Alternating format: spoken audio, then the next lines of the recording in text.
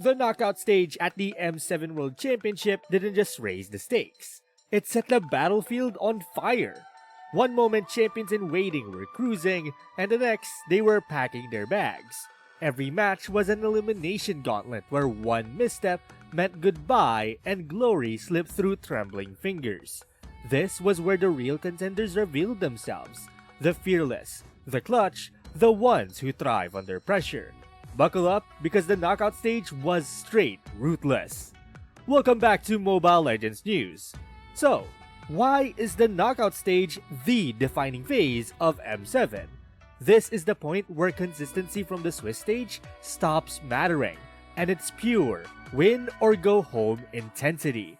8 elite teams clashed in double elimination and best of 5 war zones where every draft, every play, and every fight could either propel a squad closer to the grand final or send them home in heartbreak. Welcome to esports in its rawest form, the knockout stage. When the knockout stage of the M7 World Championship began, the tournament immediately transformed from a test of endurance into a brutal trial of survival. The Swiss stage had already filtered out the unprepared, but knockouts demanded something far more unforgiving. Every mistake carried weight, every draft was dissected, and every series pushed teams to reveal who they truly were when elimination was staring them straight down. The final 8 teams entered knowing that reputation, region, and history no longer guaranteed safety. Only adaptation and execution did. Coming into the knockout stage, expectations were clearly defined. Powerhouse regions like the Philippines and Indonesia were once again heavily represented, while international challengers from Malaysia, Turkey, Myanmar, and the CIS carried the hopes of proving that global gap was in fact closing. Teams like Team Liquid PH arrived with massive expectations after dominant performances in recent international and domestic events, while squads such as Alter Ego and Selangor Red Giants quietly build momentum through consistent Swiss stage showings. What followed was a series of matches that dismantled assumptions and reshaped the competitive hierarchy. From the opening rounds, it became clear that the knockout stage would not reward passive play. Aurora Gaming PH set the tone early by embracing high-pressure drafts and decisive macro calls, showing a willingness to take calculated risk rather than defaulting to safe compositions. Their early victories weren't flashy. They were controlled, deliberate, and brutally efficient. In contrast, Team Liquid PH found themselves immediately tested, pushed into longer series where adaptation became a necessity rather than just an option. The margin for error shrank dramatically, and the consequences of slow adjustments were punished without mercy. Indonesia's Alter Ego emerged as one of the most dangerous forces of the knockout stage, carrying their undefeated Swiss stage confidence into elimination play. Their victory over Onyx Esports sent shockwaves throughout the bracket and reinforced the idea that internal regional dominance no longer guaranteed international success. Alter Ego's strength wasn't just mechanical prowess, but their ability to pivot drafts mid-series, shifting between tempo-based aggression and disciplined late-game setups depending on their opponent's tendencies. This flexibility allowed them to survive multiple elimination matches and establish themselves as genuine title contenders. As the bracket progressed, the regional storylines sharpened. Southeast Asia continued to assert its dominance, but not without resistance. Selangor Red Giants demonstrated exceptional resilience, particularly in extended best-of-5 series where mental endurance became just as important as in-game execution. Their comeback stories showcase a team capable of recalibrating under pressure, refining draft priorities, and exploiting enemy habits over time. Meanwhile, Aurora Gaming Turkey and Yangin Galacticos provided glimpses of a growing global competitiveness, pushing favored teams into uncomfortable positions even if they ultimately fell short. However, the knockout stage was just as defining by heartbreak as it was by triumph. Team Liquid PH's elimination marked one of the most emotional moments of the tournament. Despite moments of brilliance and strong early game control, their lower bracket run exposed their vulnerabilities in late game scaling and draft rigidity. Against Alter Ego, small miscalculations around Lord fights and composition balance proved fatal. It was a sobering reminder that even the most decorated teams can falter when adaptation lags behind the pace of the meta. Drafting trends throughout the knockout stage revealed a clear shift in competitive priorities. Teams consistently favored compositions that offered crowd control, objective security, and flexible win conditions rather than raw damage output. Early objectives were heavily contested, with turtle control often dictating the flow of the mid-game and setting the tempo for Lord fights.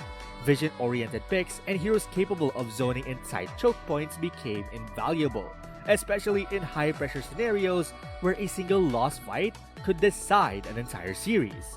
What separated advancing teams from those eliminated was not simply hero selection, but how well those drafts translated under pressure. Successful teams demonstrated an ability to refine their approach after every game, adjusting bans, altering lane matchups, and recognizing opponent comfort picks before they became threats. Psychological warfare played a larger role than ever, with teams baiting familiar strategies only to counter them decisively in later games. Knockout stage drafting became less about theory and more about reading human tendencies. Adaptation proved to be the ultimate survival skill. Aurora Gaming PH's path through the bracket exemplified this evolution. Rather than relying on a single dominant style, they continuously reshaped their identity throughout each series, responding to setbacks with sharper rotations, improved objective setups, and more disciplined teamfight execution.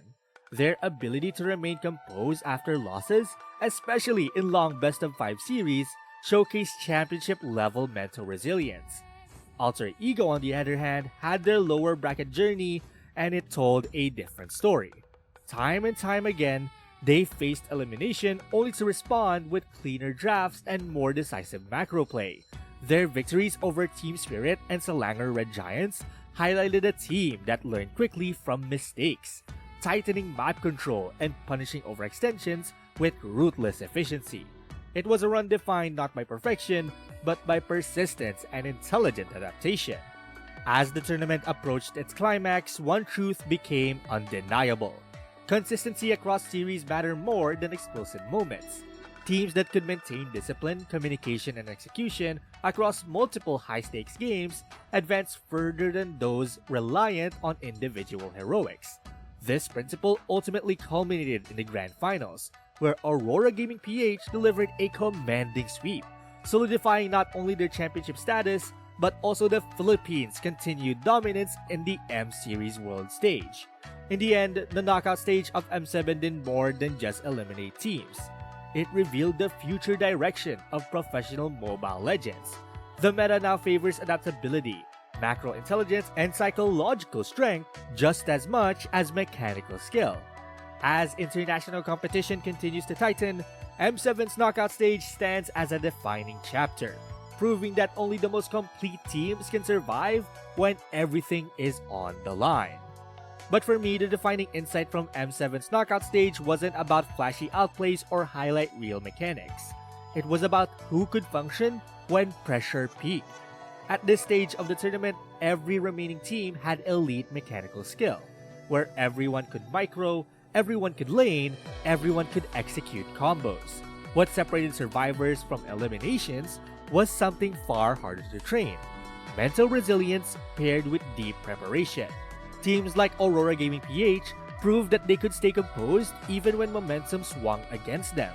Losing a game in a best-of-5 didn't lead to panic drafts or desperate plays. Instead, they responded with calmer rotations, tighter objective control, and smarter engagement timing. That emotional control allowed them to play their game, not the game their opponents wanted them to force. Under maximum pressure, they didn't speed up. They slowed the game down, which is often the mark of a championship-caliber team. Alter Ego, on the other hand, showed a different but equally important version of resilience. They were repeatedly pushed into elimination scenarios, but they still demonstrated the ability to reset mentally between matches and adapt within series.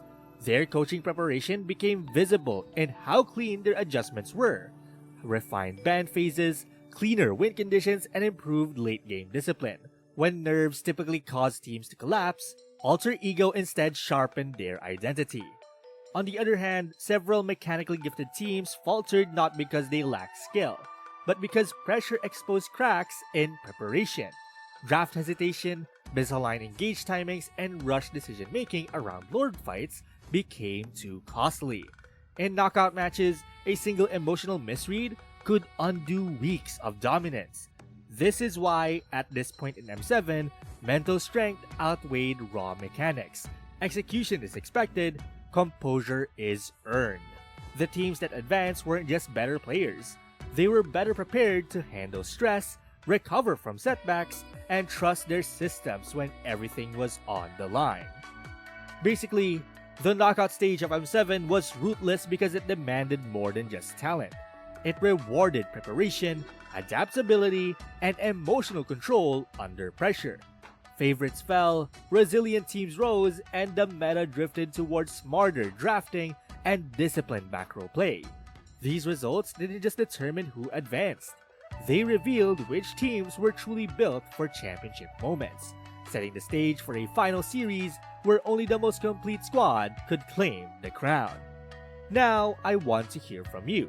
What was the most shocking result of the M7 knockout stage for you? Was it a favorite getting eliminated or a underdog stepping up? Drop your thoughts in the comments and make sure you're subscribed for our next video coming on Mobile Legends News. Till next time!